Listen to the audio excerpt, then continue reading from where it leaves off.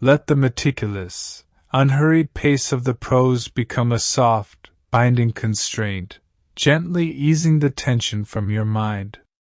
This narrative is one of shadows and muted gray areas, where truth is often buried beneath layers of bureaucratic procedure and the quiet weight of history. It moves slowly, deliberately, focusing on the atmosphere of damp pavements, dimly lit offices, and the profound, exhausting loneliness of those who inhabit the fringes of state secrets. Do not seek the sudden, jarring shock of a thriller. Allow the relentless accumulation of detail and the measured rhythm of the sentences to induce a state of profound, peaceful detachment. Surrender to the length, and let the complexity of the narrative carry you quietly toward the stillness of deep, restorative sleep. The rain that fell upon London was not the dramatic, cleansing deluge of fiction, but a fine, persistent drizzle. A wet, chilling mist that clung to the collar of one's coat and settled perpetually on the grime-slicked pavements of Whitehall. This was the atmosphere in which Alec Thorne conducted his life, a perpetually damp, gray existence that perfectly matched the moral ambiguities of his profession. He was, at 55, a senior case officer within the obscure, meticulously structured world of British intelligence, a man whose face had acquired the permanent, impassive mask of someone who had seen too much and judged too little. Thorne sat in his small, windowless office deep within the Citadel, the anonymous, brutalist concrete structure near the Baltic quay that served as the headquarters for his particular branch of intelligence. The room was the epitome of functional mediocrity: beige paint, industrial carpet, and a large, outdated steel desk cluttered with manila folders bound with faded red tape. The only sound was the low, persistent hum of the ventilation system, the constant, breathing noise of the state apparatus. He was reading a preliminary report that detailed the death of Amelia Rostova. The report was thin, deliberately vague, and phrased in the dry, passive language of official bureaucracy. Rostova, a former agent who had left the service 5 years prior to pursue a dubious career in freelance investigative journalism, had been found 3 days ago in a cheap, temporary flat in Ealing. The initial findings pointed, with almost too convenient certainty, to a domestic accident, a fall down a short, unlit flight of stairs while intoxicated. Thorne recognized the language instantly. In the world he inhabited, accident was frequently the first, most plausible layer of disguise affixed to a necessary termination. Rostova was not a name he encountered often anymore, but he knew her history, having run a number of her quiet, unspectacular operations during the waning days of the Cold War. She had been bright, meticulous, and possessed of a stubborn, dangerous idealism that had ultimately made her unsuitable for the grayer realities of the service. He pushed the report across his desk, the movement slow and heavy, and reached for the worn, ceramic mug of tea that had long since cooled to a lukewarm, bitter brew. He felt a profound, almost weary resistance to the task he knew was now his. Rostova's death was precisely the kind of loose thread that threatened to snag on the complex, carefully woven tapestry of international compromise that constituted the current global order. The service did not tolerate untidy endings, particularly those involving former personnel who had acquired a taste for retrospective truth. His immediate superior, Marcus Fenn, known inevitably and ironically as the controller, was the kind of man who viewed human beings as interchangeable inputs on a complex, long-term spreadsheet. Fenn summoned Thorne not through a direct call, which was considered vulgar, but through a typed memo delivered by a silent, unblinking messenger who appeared and vanished like a ghost of the filing system. Thorne took the industrial elevator down 3 floors, the descent a slow, humming journey into a deeper level of bureaucratic silence.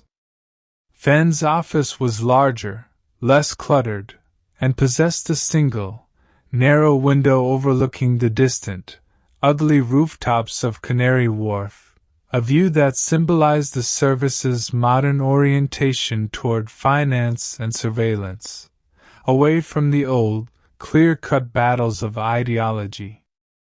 Fenn was standing by the window, his hands clasped behind his back, a posture of studied, quiet authority. He did not turn as Thorne entered. "Alec," Fenn said, his voice measured, dry, entirely devoid of warmth. "Amelia Rostova. A regrettable inconvenience. The Ealing Constabulary has closed the file. Alcohol, poor lighting, regrettable conclusion. Simple tragedy." Thorne stopped 3 paces behind him, maintaining the required respectful distance. "Simple tragedy rarely involves a file landing on my desk, Marcus." Fenn finally turned, his expression unreadable, a smooth, well-maintained face that gave away nothing of the calculating engine beneath. "The nature of the tragedy is indeed complicated by a certain lack of discipline on Rostova's part. She was, as you know, dabbling, asking questions about certain legacy operations in Berlin from the late 80s. The kind of things we collectively agreed to bury 20 years ago when the wall came down." "The old Cole-Thatcher agreements?" Thorne pressed, his voice neutral. He knew Fenn hated historical reference. It suggested a lack of forward-thinking utility. "Precisely," Fenn confirmed, with a slight, impatient sigh. "The quiet transfer of certain, shall we say, sensitive assets from the East into the custody of the West. Assets that are now highly placed and highly productive. Rostova had developed a fixation on one of these former assets, a scientist, currently working in a critical area of European technology development." Thorne absorbed the information, piecing together the familiar shape of the problem. A compromised individual, laundered into respectability by the state, whose past could destabilize a current, necessary status quo. Rostova, with her stubborn idealism, had likely threatened to expose the transfer and the subsequent career of this asset. The exposure, not the individual, was the threat to the service. "And her findings?" Thorne asked.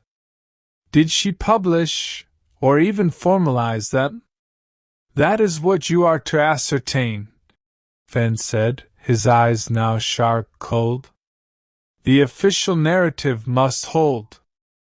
The file must remain closed. But if she created a secondary archive, an insurance policy, a dead man's drop, it must be located and neutralized. Quietly. No fanfare. No official acknowledgement. Purely a housekeeping matter." Fenn returned to the window, dismissing the personal connection and the moral cost with a wave of his hand. "Go to Berlin, Alec. See what dirt she disturbed. And put it back where it belongs. This is about stability, not justice. You understand." Thorne understood. The mission was to protect the state's compromised silence, not to mourn the former colleague whose life had been traded for it. He nodded once, a brief, minimal gesture of acceptance, and left the office, the low hum of the ventilation system following him all the way back up to his own floor. The cold rain of London seemed to have followed him even into the heart of the concrete building. The transition from the damp, low-key bureaucracy of London to the sharp, clear efficiency of Berlin was jarring, a sudden shift from grey flannel to highly polished chrome. Thorne arrived the following morning, the Tegel airport operating with a functional precision that contrasted sharply with the chaotic human element he carried within him.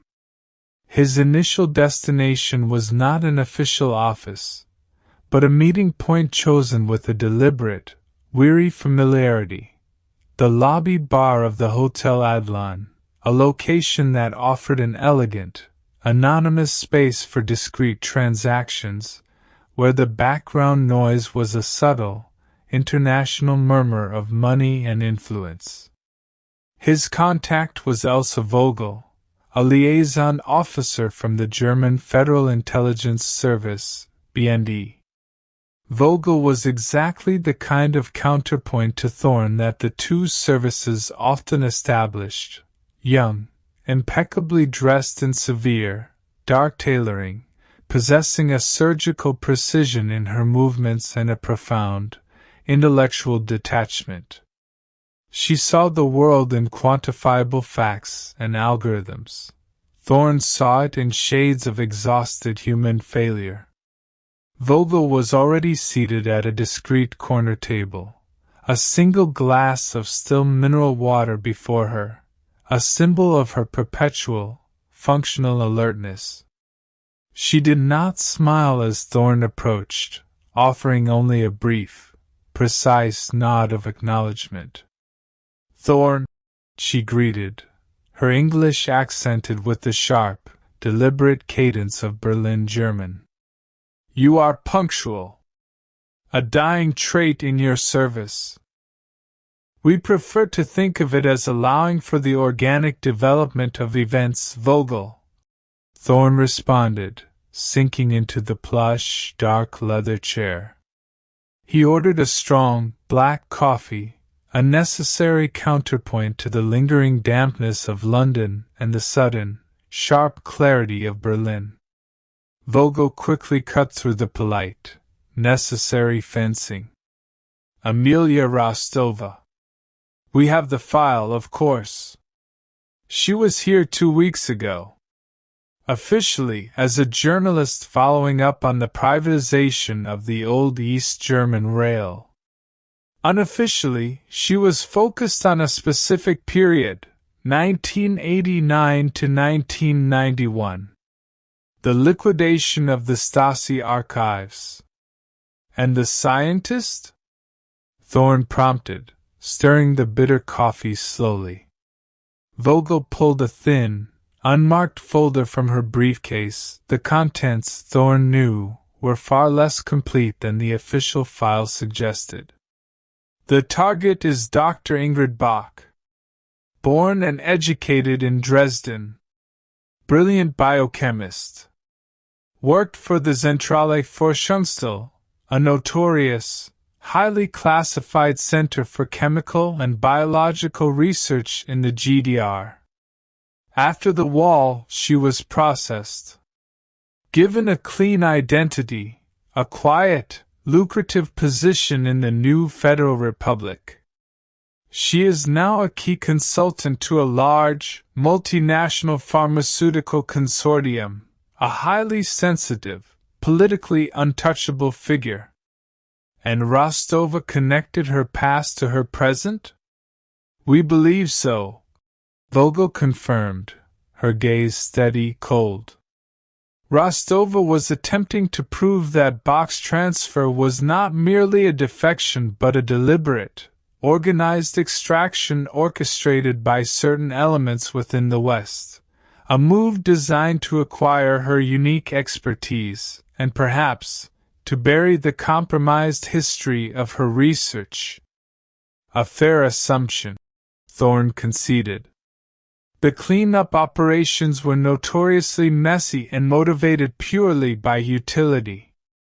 What did Rostova manage to access here?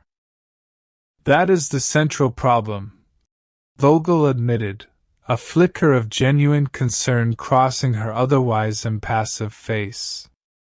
She spent 3 days in the Federal Archives near the Potsdamer Platz. She utilized a specific, old contact, a fixer, a man who knows the hidden codes of the old Stasi filing system. A man named Silas Greer. Thorne felt a familiar, tired recognition. Greer. A shadow from the past. An old hand, a British intelligence asset who had been inserted into East Berlin in the late 70s, ostensibly as an academic historian, whose function was to maintain the subtle, necessary connections with the academic and intellectual dissidents. When the wall fell, Greer had not been repatriated. He had simply been left in place, an unused, slightly contaminated tool, surviving by selling his extensive knowledge of the archive's secret organizational flaws. Greer. He's still alive? Thorne sighed, rubbing the bridge of his nose. He should have been retired to a cottage in Cornwall with a medal and a pension years ago. His continued existence is a testament to his sheer, stubborn utility, Vogel stated dryly. He is the repository of too many inconvenient truths. Rostova met him. We have the surveillance footage of their meeting in a quiet cafe near the archives. They spent several hours in intense conversation. The day after that meeting, Rostova abruptly left Berlin, returning to London where she, tragically, succumbed to her accident. The pattern was too clean, too immediate. Rostova found the link, informed Greer, and was then removed from the board. The implication was stark. Either Greer had sold her out immediately, or the asset he had helped her target, Dr. Bach, had reacted with lethal swiftness. I want to see Greer, Vogel, Thorne stated, finishing his coffee. I want the archive access he used. And I want the full BND file on the specific subsection of the Zentrale Forschungsstelle that Dr. Bach commanded. Vogel nodded, her expression confirming that the request was anticipated. Greer is fragile, paranoid, and highly sensitive to sudden attention. I can arrange a meeting. But Thorne, be advised, this is not about exposing a conspiracy. This is about confirming that the conspiracy has not left behind any embarrassing collateral. We must maintain the necessary silence. Thorne rose from the chair, the weight of the city's complex, compromised history settling upon him once more. Silence, Vogel, he echoed, pulling on his coat. The only currency that truly holds its value. The meeting with Silas Greer took place 2 days later in the most improbable of settings, a sterile, almost aggressively modern art gallery in the mid-district, a space of unforgiving white walls and minimalist steel sculptures. Greer had insisted on the location, claiming it was the only place in Berlin where the noise of historical consequence is temporarily deafened by the vulgar clamor of the contemporary art market. Greer himself was a man who looked like a discarded fragment of the Cold War. Gaunt, dressed in a shapeless, dark suit that appeared to be made of ancient, heavy wool, his face was a road map of anxiety and sleepless nights. His eyes darted nervously, constantly assessing the sparse crowd for any perceived threat, while his hands gripped a worn leather portfolio as if it contained his only remaining anchor to reality. Thorne approached him slowly, his movements deliberate, reassuringly non-aggressive. He had known Greer in the old days, a quiet, precise man, a master of documentation and academic camouflage. "Silas," Thorne said, his voice low, measured, offering a small, tired smile. "It has been too long. Cornwall clearly lost an excellent candidate for gentle retirement." Greer did not return the smile. He flinched at the sound of his name, and his gaze, when it finally settled on Thorne, was accusatory and bitter. "Thorne," he spat, his voice a dry, rasping whisper. "You represent the service that promised me quiet anonymity and delivered only chronic paranoia. You are the custodian of all that I despise." "I am merely a functionary, Silas," Thorne corrected gently. "And I am here because of Amelia Rostova." A loose thread. At the mention of her name, Greer's composure fractured. He glanced around the pristine, white room with frantic terror. "Loose thread! She was a fool, Alec! A willful, dangerous fool! She came to me, a sudden storm in my quiet, dusty existence, demanding access to the 1990 reclassification files." "Which section?" "This vinyl sex 206, Greer hissed, leaning closer, his breath smelling faintly of cheap brandy and ancient paper. "The most sensitive index. The ledger of the scientists.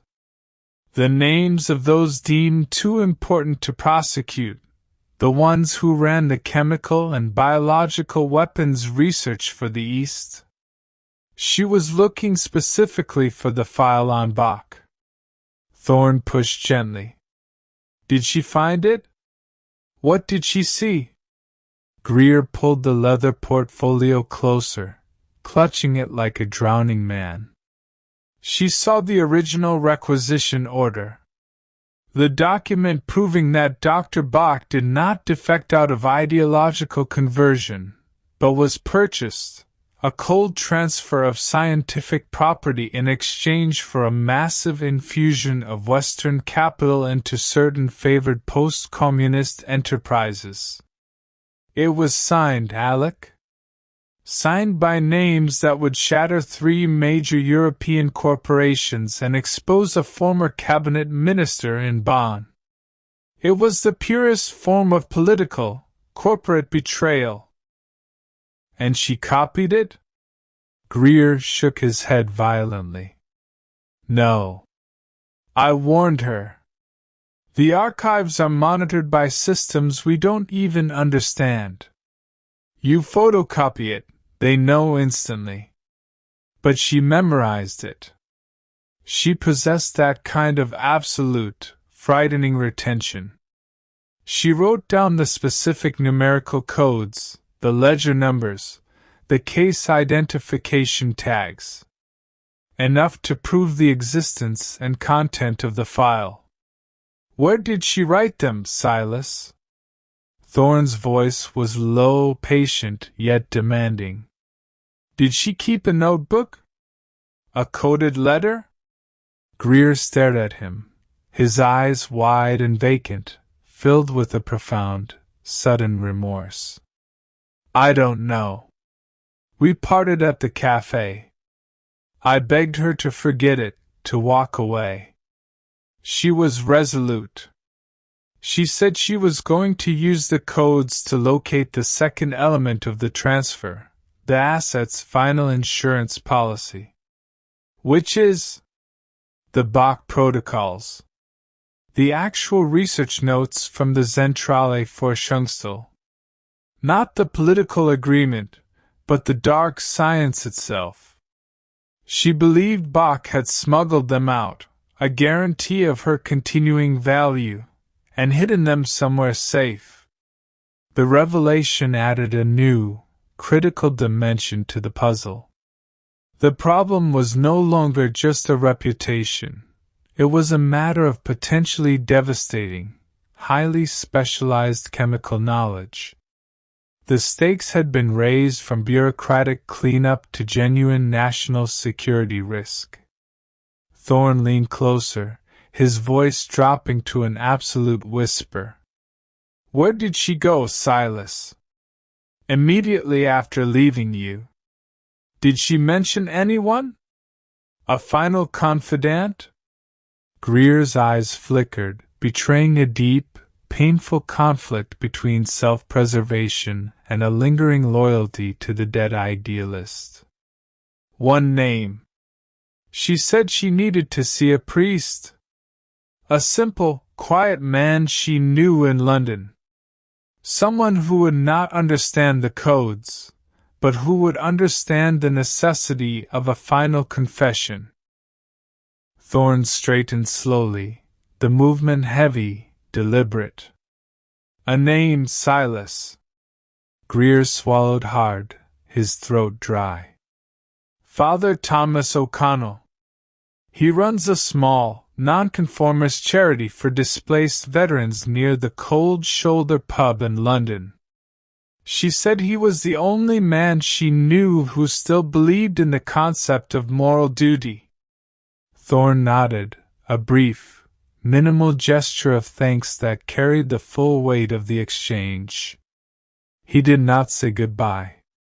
He simply turned and walked away from the white, sterile museum, leaving Silas Greer alone with his paranoia and the ghosts of the Stasi archives.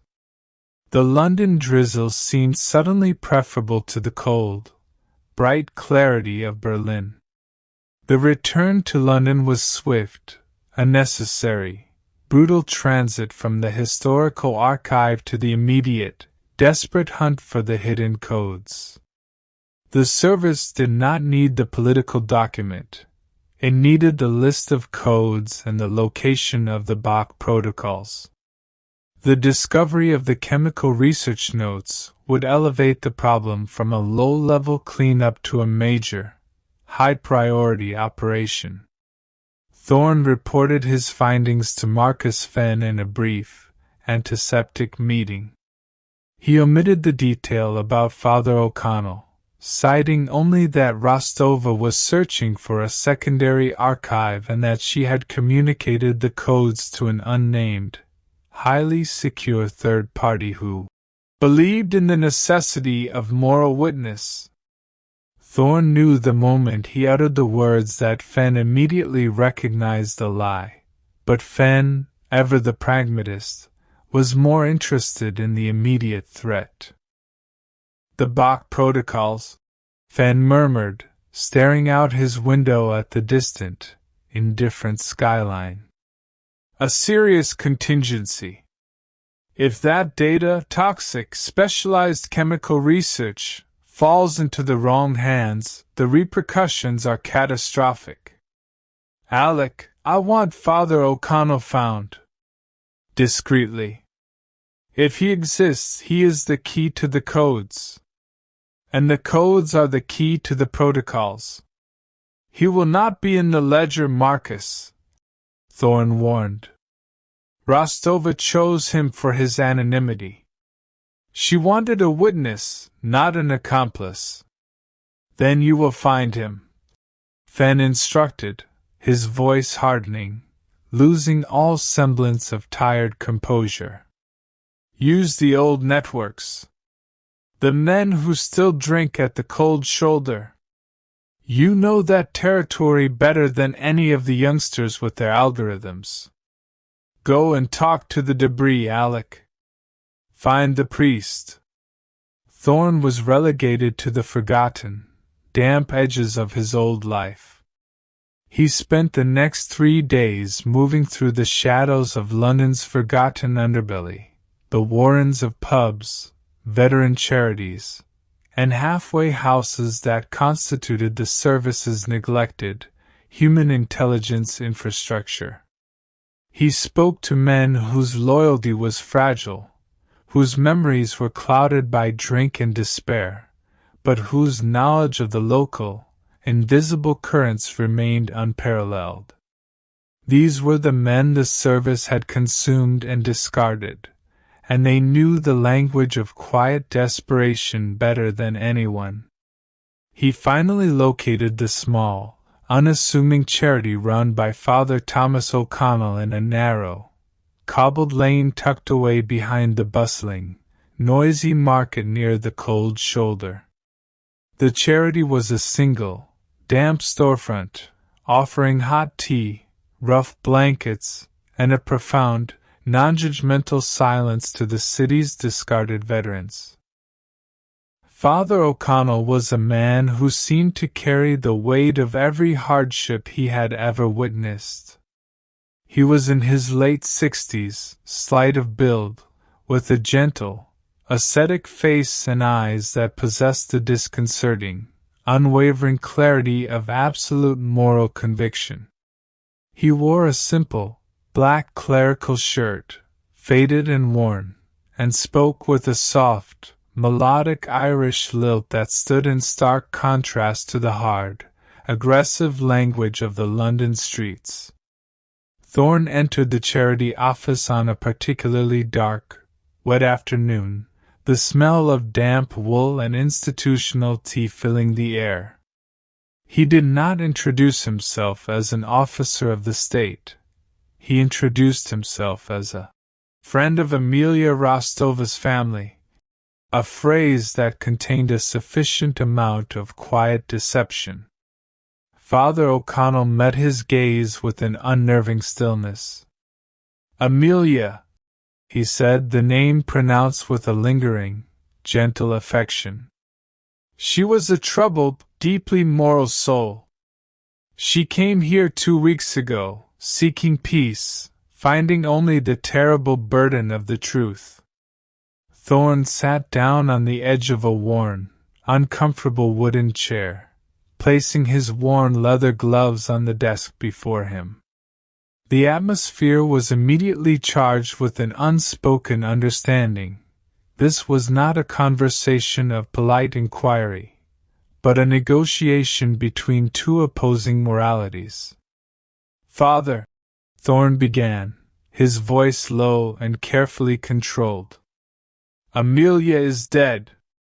The official report says it was an accident. The true report says she was silenced. She left you something, didn't she? A message. A final witness to the truths she had uncovered." Father O'Connell looked down at his hands, folded neatly on the desk, his silence immense and absolute. "She was terrified, Mr. Thorne. Not of death, but of complicity.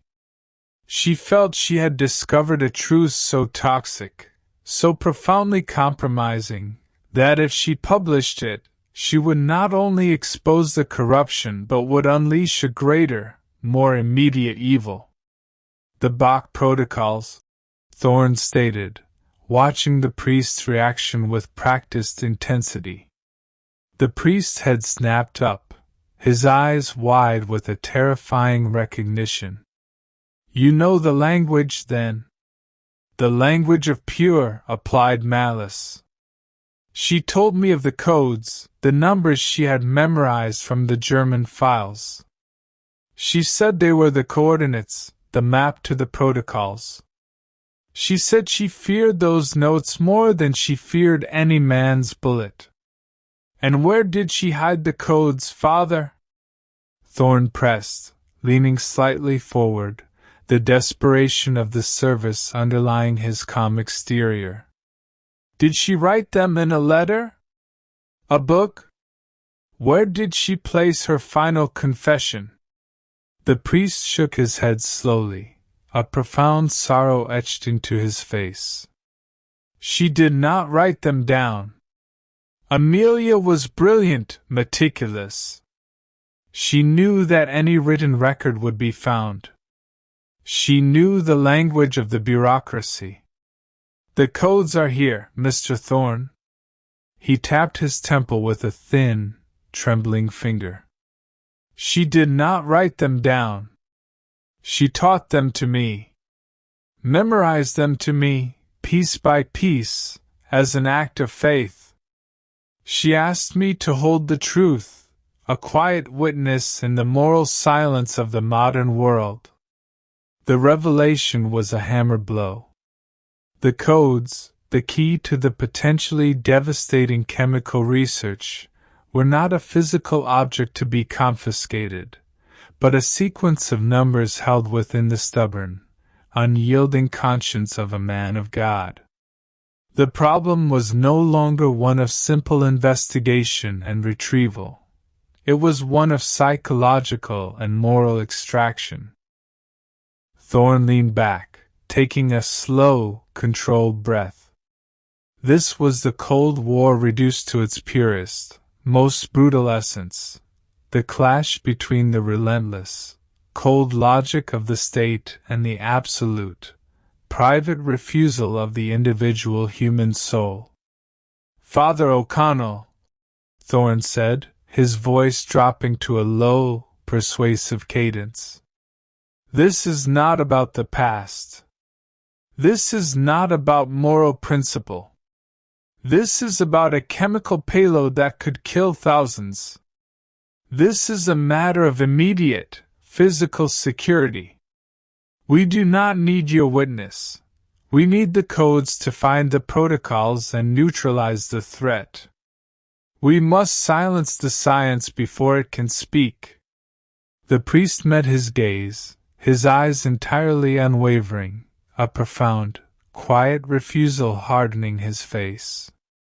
You speak the language of necessary evil, Mr. Thorne. The language of compromise. Amelia came here because she knew I would not compromise. The codes are a trust. A burden of truth. I cannot give them to the very system that created the evil they describe. The state will compel you, Father, Thorne warned, his voice now edged with a genuine, tired threat. They will use every instrument of pressure. You will be harassed, arrested, broken. Then I will break, the priest stated, with a quiet, terrifying finality. But the codes will not break with me. They are my final moral defiance. Amelia Rostova did not die in vain, Mr. Thorne. Her death has found its witness. Thorne knew, with a certainty born of decades in the service, that the man was telling the absolute truth. The codes were sealed within the fortress of his conscience. He could not be tortured or bought. He could only be eliminated. And the elimination of a man of the cloth, a beloved figure in the veterans community, was precisely the kind of spectacular, messy tragedy that Marcus Fenn was desperate to avoid. Thorne rose, pulling on his coat, the weight of his own profound moral compromise settling upon him once more. He looked down at the quiet, unyielding man of God. Father, Thorne said, his voice a low, final whisper. I am sorry for the position you have been placed in. I truly am. He did not wait for a reply, turning and stepping back out into the persistent, grey drizzle of London. He had found the codes, but they were held in a vault he could not open without initiating a moral catastrophe far greater than the one he was tasked to contain. The subsequent week was defined by a profound, agonizing stalemate. Marcus Fenn was, predictably, furious at the impasse. The codes were known to exist, their existence confirmed by the priest, but they were entirely inaccessible. The threat of the Bach Protocols, the theoretical existence of a highly potent, highly specialized chemical weapon formula, hung over the service like a silent, ticking clock. Fen ordered the priest placed under immediate, intense, but entirely covert surveillance. He assigned 2 young, highly efficient surveillance teams to maintain a constant, unblinking watch on Father O'Connell's charity, logging every visitor, every movement, every whispered conversation. The goal was to find a moment of weakness, an indiscretion, or perhaps, to locate a secret, secondary confidant to whom the priest might have transferred the codes for safekeeping. Thorne, meanwhile, was relegated to the thankless, tedious task of cross-referencing every detail of Amelia Rostova's final weeks. He was searching not for the obvious, but for the subtle patterns, the almost invisible routines that Rostova, a meticulous operative even in her freelance capacity, would have maintained.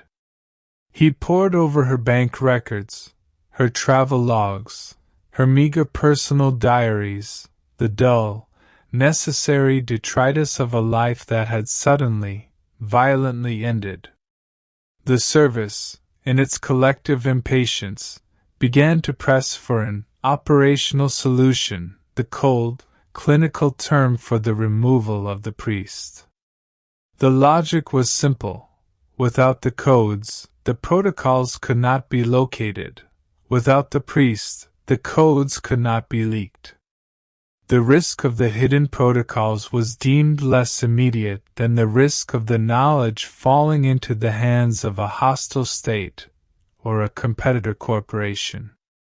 Thorne argued against the action with a low, persistent intensity that bordered on insubordination.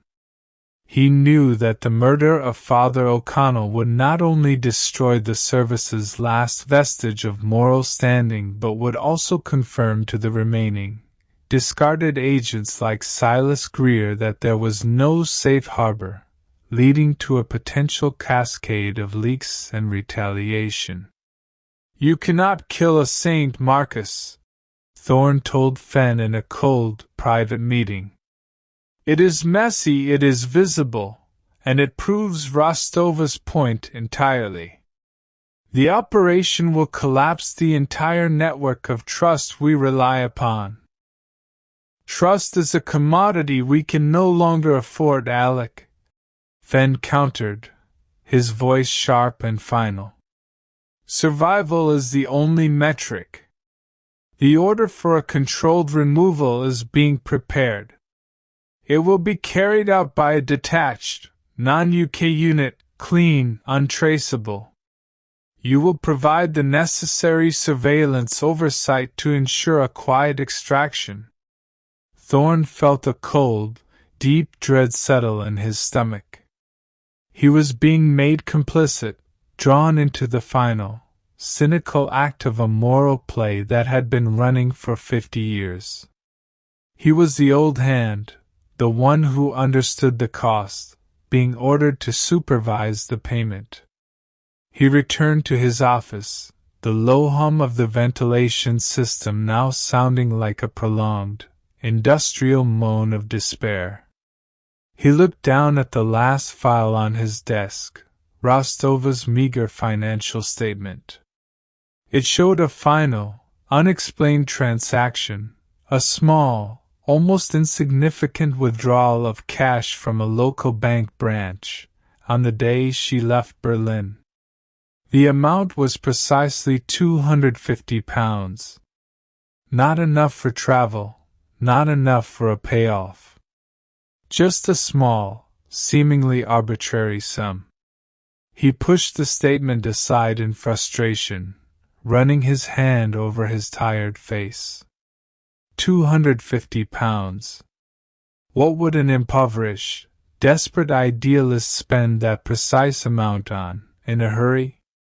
He looked up at the wall, at the framed, slightly yellowed map of East Berlin that he kept as a relic of the old world.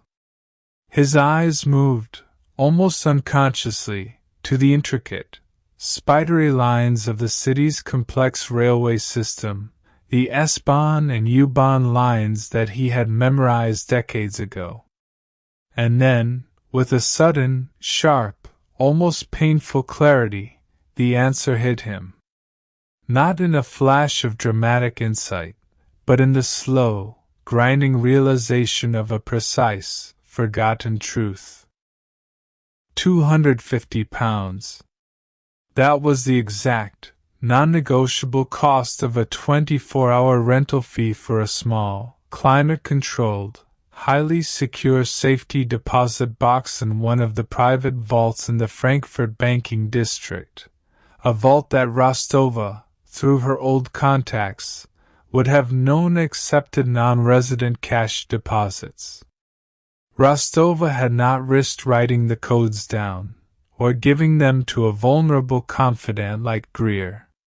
She had secured the location, the map to the protocols, in the safest, most overlooked place of all, the cold, anonymous fortress of international finance. The codes given to the priest were not the destination. They were the key to the destination. They were the security questions, the passwords, the precise numerical sequence required to open that specific box. The real insurance policy was not the man of God, but the ultimate icon of the cynical modern world, the bank. Thorne seized the phone, his hands shaking slightly, and placed a direct, unlogged call to Elsa Vogel in Berlin, bypassing all official channels. "Vogel," Thorne said, his voice clipped urgent. "I have a new vector. Amelia Rostova's insurance policy is not a moral document, it's a financial one. She deposited the key to the codes in a safety deposit box in Frankfurt just before she died. I need to know every possible address she used, every minor financial transaction, every known bank account in her name in the German system, immediately. It will be a small, nondescript bank, near the main station. Find the ledger for her final, small withdrawal in Frankfurt." "Why, Thorne?" Vogel's voice, usually a model of cool control, was sharp with shock at the sudden, desperate urgency. "Because, Vogel," Thorne explained, his voice low, heavy with the weight of his own final choice. "Fenn is ordering the liquidation of the priest. If the codes are not with the priest, then the murder is not only morally indefensible, it is strategically useless. And I am not going to let them kill an honest man over a ledger that is currently sitting in a bank vault in Frankfurt." Thorne knew the risk. By diverting the search, by using an unauthorized channel, and by failing to report his theory to Fenn, he was effectively burning his own long, compromised career to the ground. He was, in a final, profound act of quiet defiance, embracing the very moral duty that Rostova had died for, and that Father O'Connell was prepared to die for. The subsequent hours were a frantic, desperate race against the clock. Elsa Vogel, recognizing the existential crisis facing her British counterpart and understanding the profound instability of the situation, bypassed her own superiors and used her deep, private network of financial contacts to begin the quiet, meticulous search for a small, nondescript bank account opened by an Amelia R. in the Frankfurt district 2 weeks prior. Thorne, meanwhile, had to maintain the facade of control in London. He attended a sterile, late-night briefing with Marcus Fenn concerning the final logistics for the operational solution, targeting Father O'Connell. He listened with a cold, terrifying detachment, offering logistical inputs on the surveillance placements and the optimal time for the extraction, playing the part of the obedient, cynical operative to perfection. He was, in effect, laying the groundwork for a crime he intended to foil. He noticed, however, a small, subtle anomaly in the surveillance report from the team watching Father O'Connell. The priest, in his routine, had spent an unusual 20 minutes alone in the back room of the charity on the previous evening, ostensibly sorting inventory.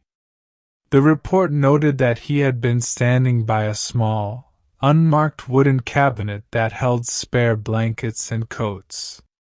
The surveillance team, focused on the human element, had dismissed the moment as a minor, irrelevant detail.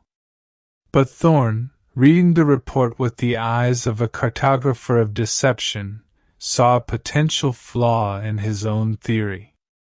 If the codes were indeed in Frankfurt, why the deliberate, prolonged action near a hiding place? He immediately recognized the tactic.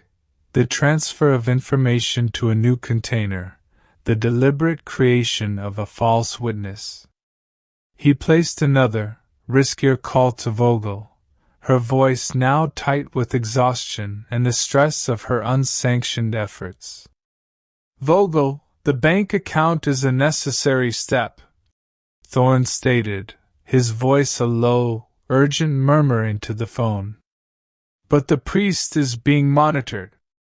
If I know him, he may have created a final, layered deception. The Frankfurt box is the destination, but the codes must be physically transferred to the one person who can access the box.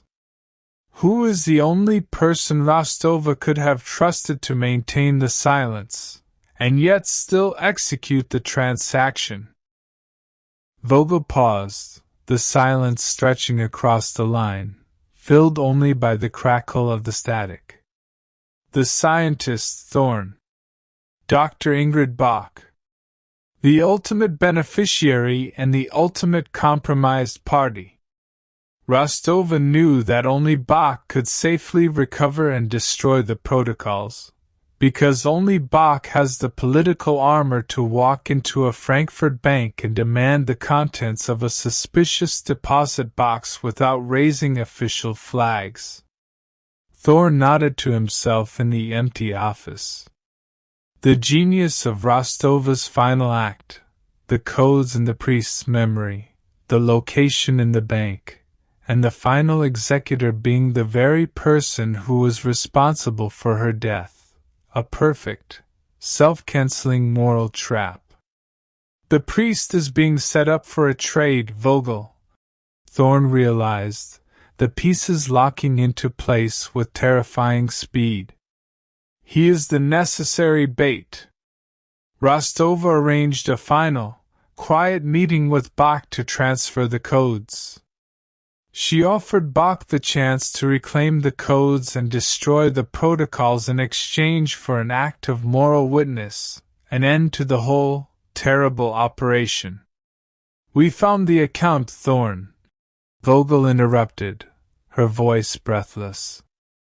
"It's a tiny, defunct savings and loan. The box number is 407. The cash withdrawal matches. You were right. Then the meeting is imminent," Thorne concluded, standing up, seizing his coat. He knew, with a certainty that required no evidence, that the removal of Father O'Connell was now merely a pretext for the service to seize him, and trade his life for the codes, or to follow him to his final meeting with Bach. Thorne made his final, most dangerous decision. He did not call Fenn. He drove immediately, breaking every known traffic law, toward the Cold Shoulder pub, the single, dark hub of the veterans' community, adjacent to Father O'Connell's charity. He had to reach the priest before the extraction team could close the net. The Cold Shoulder was a small, perpetually dim pub, filled with the thick, warm fug of stale beer and exhausted conversation. Thorne entered, his appearance in the place an obvious, immediate intrusion. He found the priest, not in his office, but sitting alone at a small, corner table in the pub's darkest alcove, nursing a small, untouched glass of lemonade.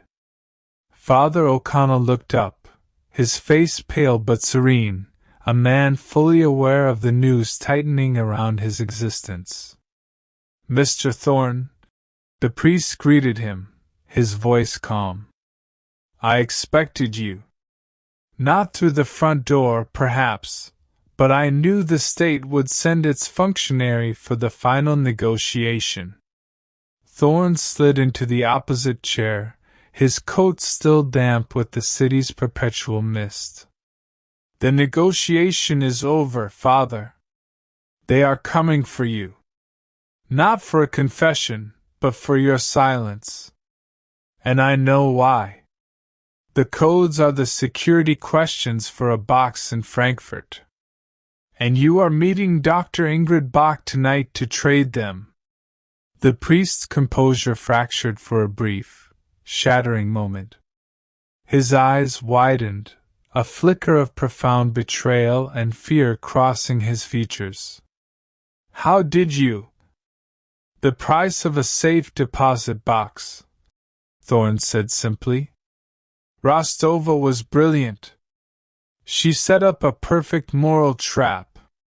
You give the codes to the very person who murdered her, demanding that Bach destroy the protocols in exchange for her silence. You are forcing the architect of the evil to be the agent of its destruction. It was the only way," the priest whispered, his voice trembling. "She is untouchable by the state. But she can be touched by conscience. I am meeting her now. In the back room of my charity. The service cannot touch me there without a public spectacle." "They are already watching, Father," Thorne warned, glancing at the narrow, rain-streaked window that looked out onto the alley. "They will move the moment she arrives. They will seize you both. They want the protocols, not your moral victory." Thorne leaned across the small, sticky table, his voice low, urgent, his final act of defiance laid bare. "I can buy you 20 minutes, Father. I know the codes now. I know where they are. But I need to know where you put the physical codes. The ones I saw you touch in the storage cabinet." The priest stared at him, his face a complex mixture of suspicion and a profound, exhausted hope. "Why, Thorne?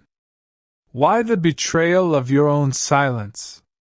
"Because, Father," Thorne admitted, the truth raw and unadorned, "Amelia Rostova was right. The state is only interested in consequence, not remorse. And I am tired of living consequence without remorse. Tell me the sequence of the cabinet, and I will ensure that before they take you, the true leverage is gone." The priest hesitated for only a second, his belief in the inherent, profound goodness of the former agent overcoming his ingrained suspicion of the state. "The cabinet. The one with the old army blankets. The codes are in the lining of the fourth blanket down, sewn into the seam. It is a sequence of 6 numbers, Thorne. The lock combination to the safe deposit box. 407119. Go. Now. I will stall them." Thorne did not wait for the priest to finish. He rose instantly, his heart pounding a brutal, heavy rhythm against his ribs. He gave the priest one last, acknowledging look, a final, silent farewell between two men who had found a fleeting, shared morality at the precise moment of maximum risk. Thorne moved with the efficient, practiced speed of the old operative, leaving the pub and moving directly toward the dark, narrow alleyway that ran behind the charity office. He could see the subtle, telltale signs of the covert surveillance, the slight shift of a dark curtain in the upper window of the opposite building, the stationary, unmarked van parked a block away. The net was closing. He slipped into the charity office's back door, a quiet, controlled entry, and moved swiftly to the storage cabinet. His hands worked with a frantic, focused energy, tearing open the cabinet, finding the fourth blanket, and ripping the brittle, dry seam with his fingers. Inside, he found a tiny, folded slip of paper. He unfolded it, 6 precise, handwritten numbers. 407119. The sequence was confirmed. The key to the chemical protocols was now in his hand. As he closed the cabinet, the front door of the charity office burst open with a sudden, violent crash. The extraction team, having witnessed his entry on their surveillance feeds, realized the compromise and moved in immediately. Thorne did not panic. He knew his fate was sealed, but the mission, his real mission, had to be completed. He did not run. He simply raised his hands in a gesture of absolute, controlled surrender, allowing the heavily armed men in dark tactical gear to seize him. The small slip of paper, folded into a minute square, he slipped subtly, deliberately, into the inner pocket of his coat, a final, secret possession. As the agents roughly cuffed him, one of them spat a single, cold word at him. Traitor! Thorne met the accusation with a tired, profound weariness. No, he corrected, his voice low, steady, his gaze fixed on the inner door where Father O'Connell awaited his final meeting with Bach. A clerk, finally choosing which ledger to serve. He was pulled out into the wet, cold London night. He had the codes. And the game was far from over. The quiet, bureaucratic struggle had entered its final, most dangerous phase, a phase that required the betrayal of all trust and the final, necessary dissolution of Alec Thorne's identity, all for the preservation of a simple, moral truth. The long, low hum of the state apparatus was now a clear, final siren call, but he was at peace, having finally drawn a clear, unwavering line between the two sides of his compromised existence. The journey back into the cold, indifferent heart of the citadel was long and slow, and offered a final, profound opportunity for the quiet contemplation of his fate, a long, rhythmic sequence of movement toward the inevitable stillness of the end, carrying the weight of his guilt and his final, desperate act of defiance into the quiet, welcoming void.